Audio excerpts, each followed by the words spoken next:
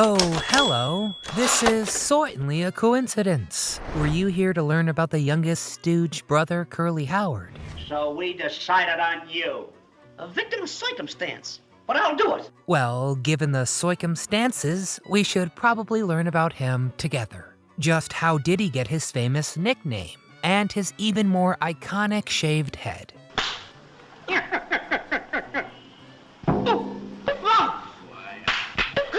And why was this very popular member replaced with Shemp after Curly had initially replaced him 15 years earlier? Well, I'm your host, Nostalgic Stooge. Nick. With all these answers and more, including the great ways Curly looked after those with no voice. Don't worry, I got it. And the heartbreaking health troubles that took him from us way too soon.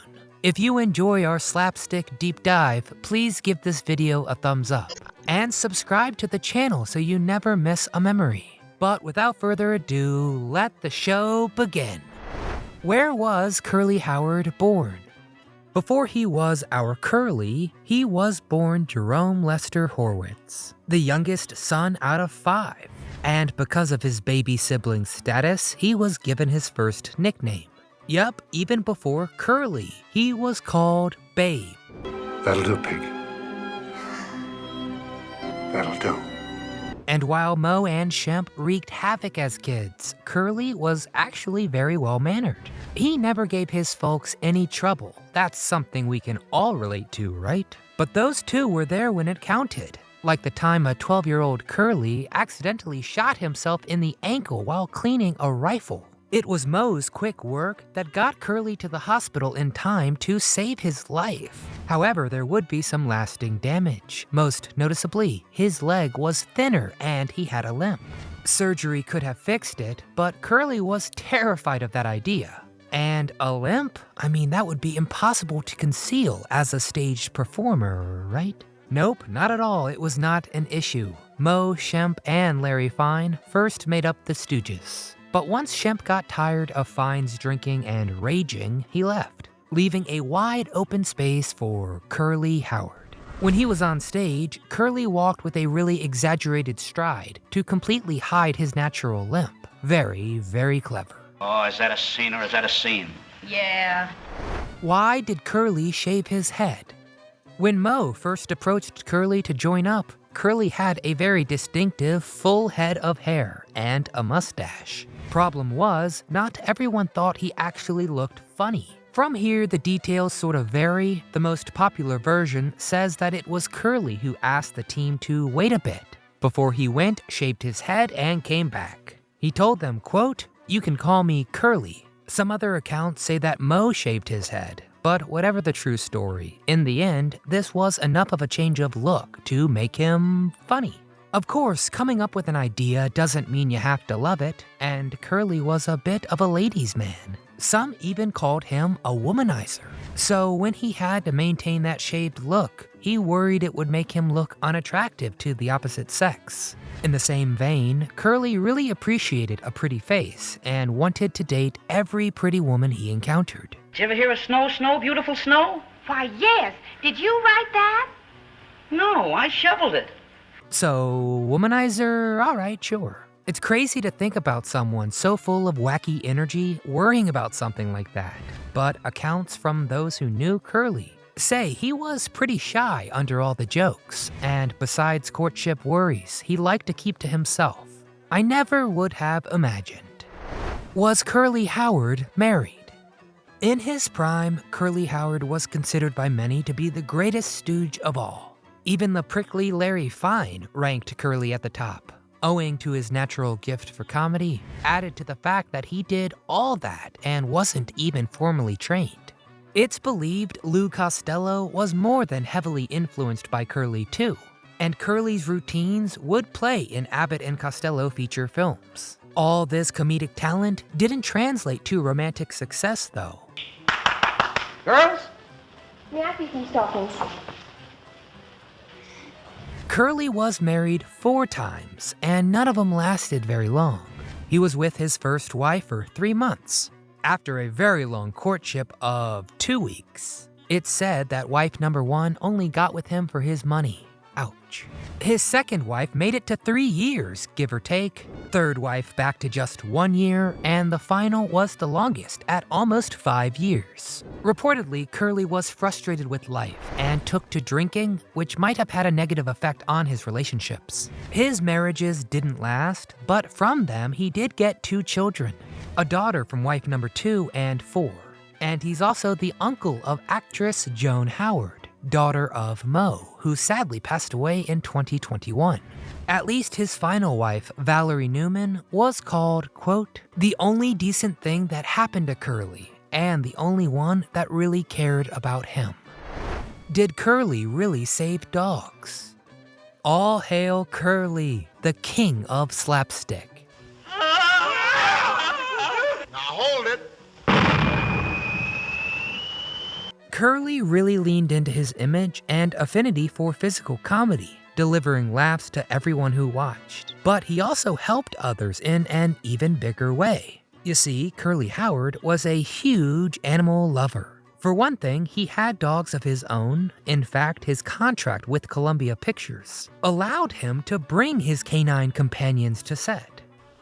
Did anyone ever tell you you had pretty paws? But you shouldn't bite your nails. They reached a middle ground though, and limited that to 2 dogs at a time, since sometimes his pets would just let themselves in. But you might say there's no such thing as too many dogs, and Curly would agree, since he loved their easy affection, easygoing needs, and enduring loyalty, to the point he had multiple of his own, including a collie named Lady, along with a boxer, cocker spaniels, and miniature schnauzers. All of this in spite of the fact that his big bro Shemp was terrified of dogs. Okay, but how many dogs can one person have? Well, quite a bit. Curly was always looking out for strays who needed to be brought in from the cold. Eventually, while on tour, it got to the point that Curly would rehome a dog in need in every single city he performed in. And get this, it's estimated that Curly alone helped save a whopping 5,000 pooches. Why did Shemp replace Curly?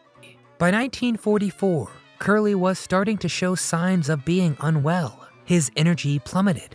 Because the team could not stop performing, Curly took what time he needed to rest and jumped right back into things. But then on May 6, 1946, Curly was supposed to come on stage, but he missed his cue. And when Moe went looking for him, he found Curly with his head slumped against his chest, mouth open and twisted. Curly Howard had had a stroke. His scene partners reworked the show while Curly was rushed to the hospital. Moe looked after his brother in the hospital, and Shemp, right nearby, was recruited to fill in for Curly. It was supposed to be temporary, just until he could get back on his feet and back on stage. But 1947's Half-Wits Holiday would be Curly's final proper appearance with the Three Stooges. When Curly tried to participate in other skits, they were deemed inefficient to release. And sadly, there would be no improving those scenes or coming back. A second stroke sealed the deal for Curly, and he was forced into premature retirement. Shem, who had been replaced by Curly years prior, was now permanently replacing him. What illness did Curly Howard have? Poor health plagued Curly for years. He was very fit growing up, and actually a very good ballroom dancer. But even if he hadn't literally shot himself in the foot, he would have had problems. His 1944 stroke was just one of many, and when he checked himself into that hospital, he got some much-needed help, but also some sobering diagnosis, including extreme hypertension, retinal hemorrhage, and obesity. When Curly tried to come back to work in 1945, he was a shadow of the vibrant man everyone knew. He weighed significantly less, he had a rougher voice, and aging lines on his face. And that second stroke left Curly partially paralyzed, shutting down the lively, off-the-wall physical comedy great. The final few years of Curly's life, he was unable to communicate with a visitor, and it reduced him to crying. Moe was the one best able to communicate with Curly, which eventually just amounted to Curly squeezing his hand or just blinking, as if watching a loved one going through this wasn't enough. Moe was then told Curly was becoming an inconvenience to the hospital and he had to be moved. At first, Moe refused, but moved he was to a sanitarium. Moe was contacted to move Curly one final time, but that plan fell through, as 11 days later, on January 18th, 1952, Jerome Curly Howard died. He was just 48 years old, a vibrant flame doused to a flicker and finally smothered completely.